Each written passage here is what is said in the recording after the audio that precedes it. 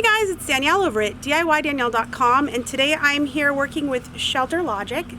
They're not physically here, but they have sent me a kit to put together a shed. And I've got a really fun project I'm working on. What we needed is we needed a spot to store kids' outdoor toys. We have a lot of bikes. We have 3 little boys, so we have maybe 4 or 5 bikes because we've got them in different sizes, and we don't want to get rid of them because we know our youngest, who's 1.5, is going to grow into some of those sizes that my 7- and 5-year-old have already outgrown. So we're keeping them, and we're getting kind of tired of having those items take up space in our sheds. Yes, we could buy new ones later on, but it's just easier and probably cheaper to save them, especially because we have 8.5 acres here. We're not going anywhere. We don't have to move it again. And we have the space to put another shed. So what I'm working on is this really cool kids garage. I'm very, very excited about this. And ShelterLogic has sent me something called their Ironwood Shed. It's a new product. And what it is it's a frame.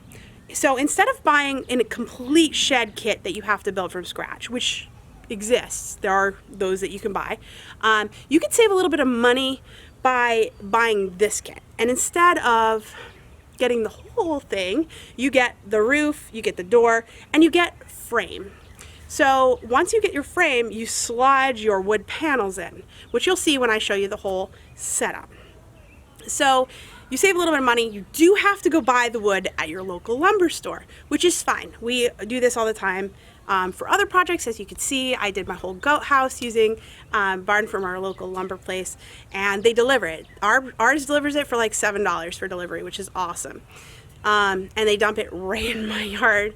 I don't have to haul it. I have a minivan, so most stuff isn't fitting. So it's really nice to have that additional convenience. Yeah, so the main thing that you need to think about when setting yours up is you want a nice flat location. If it's not flat, and even if it is flat or it looks flat, you're still gonna need to make sure it is level, because you don't want your shed like this. So that'll be one of the first steps we do.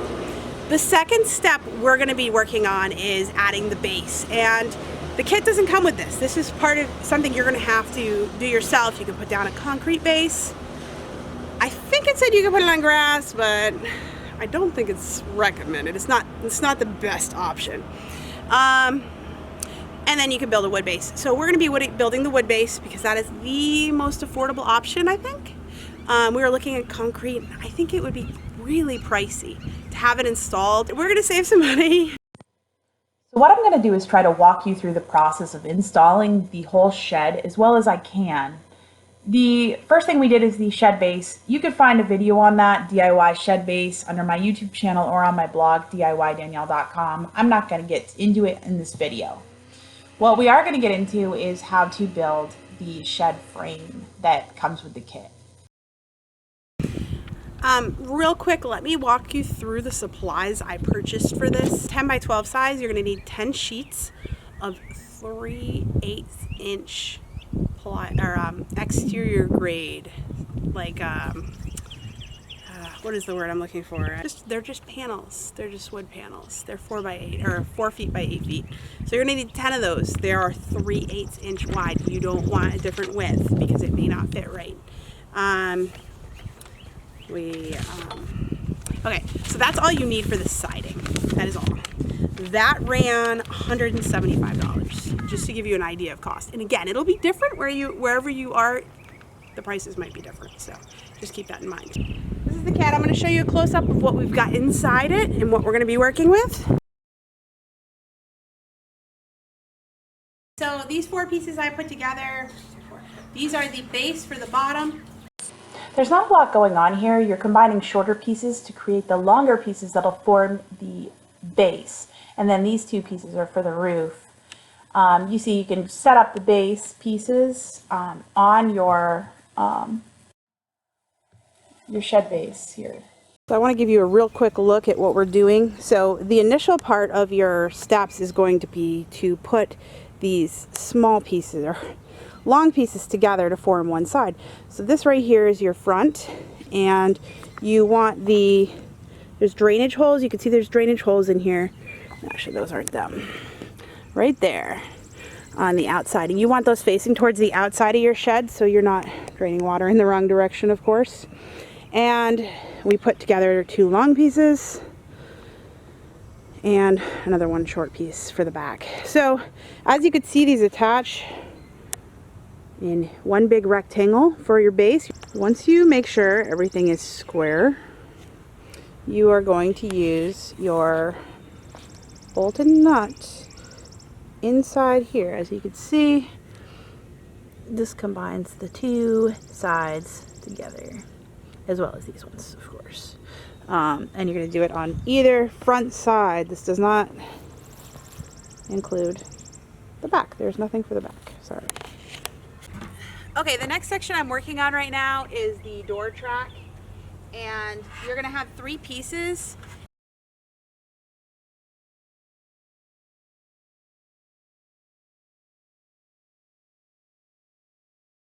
Okay, so that's all there is. It should be the same width as your front.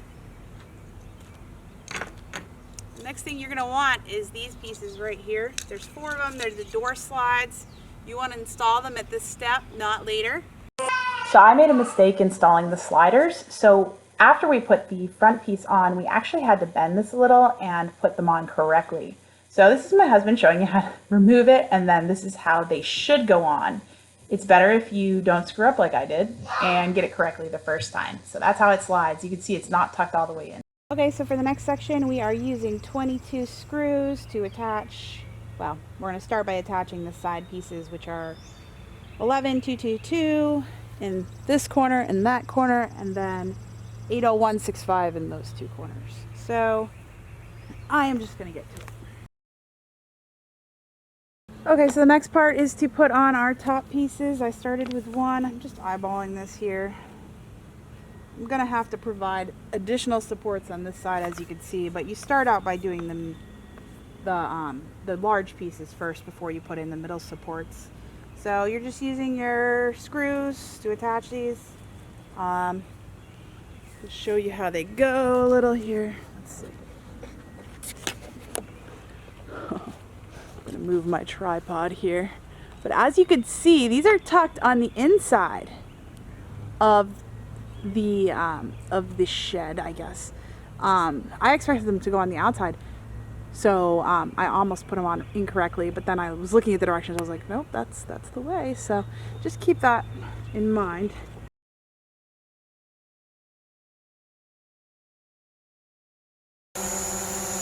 Okay, so as you can see, we've got our 4 bottoms, our 4 sides, and our 4 top pieces framing this. You can also see that there's a little bit of a bend here. That's because that is an area that we'll add support to here in a second. I'm gonna go get those pieces and get started.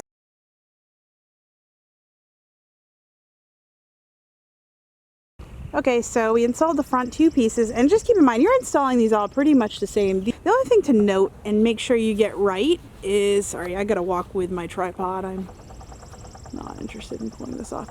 Remember that you're sliding a panel in there. So the side that faces opposite the door is the side you want your groove on. Don't forget that. Okay, so let me show you these braces here that go in the middle. So the bottom part goes on the outside to screw in, which is really the only place you could screw it in. Keep in mind that the side with 1 hole is on the down part. And as you can see, it screws in here, so there'll still be a place for the wood to come right here. So it'll still fit. When you go all the way up, you're screwing it in to the outside. This threw me off a little bit, I won't lie. And you're just using 1 screw here. So where to do that, you just got to look at the directions. They list the measurements to how far out everything has to go. So you want to make sure you're getting the right hole, because depending on which setup you're doing, horizontal versus vertical, which is what we're doing, vertical, you're going to have different widths, I believe, for where you place them. So the next thing you're going to want to do, if you haven't already, is to cut, prime, and paint your panels that fit in there. There's different size panels depending on what.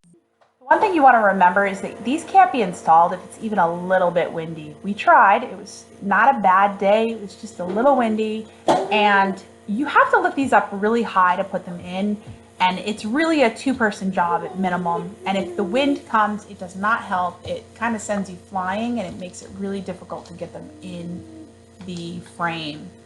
As you can see, it's not a small amount of work. You do have to kind of get them in. As long as your size is correct, they should be nice and snug. So it's not going to slide in super easy, which is fine.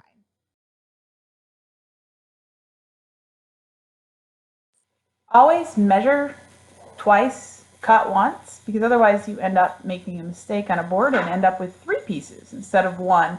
This would have been better as 1 panel, but you know, we made a mistake cutting, and so we separated it out. And hopefully you'll be fine.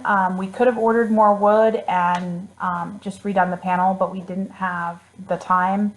And I kind of thought maybe this might look nice, seeing I'm going to decorate the front.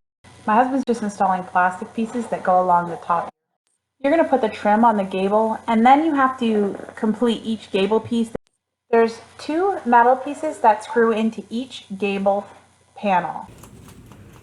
As you can see, the plastic piece lining the top and the metal piece screwed in here. Each panel for the gable is attached separately, and then you screw the 2 gable pieces in together. So you're going to do the back, and then you can do the front. We finally reached the time where we can add our roof. So we're going to start with the support beams, and those 3 beams go in. Obviously the one that has double siding goes in the middle. And once you install those, you can start putting on the white roofing panels. These are some additional supports that go on before you add your roof panel. The roofing panels are really easy to install. You just need to screw each one on and add weatherproofing tape as you go along.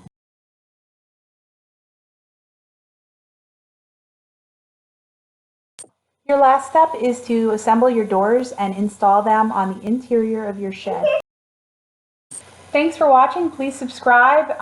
Keep an eye out. We're going to have another post and video up about our kids' garage once we've got it finished.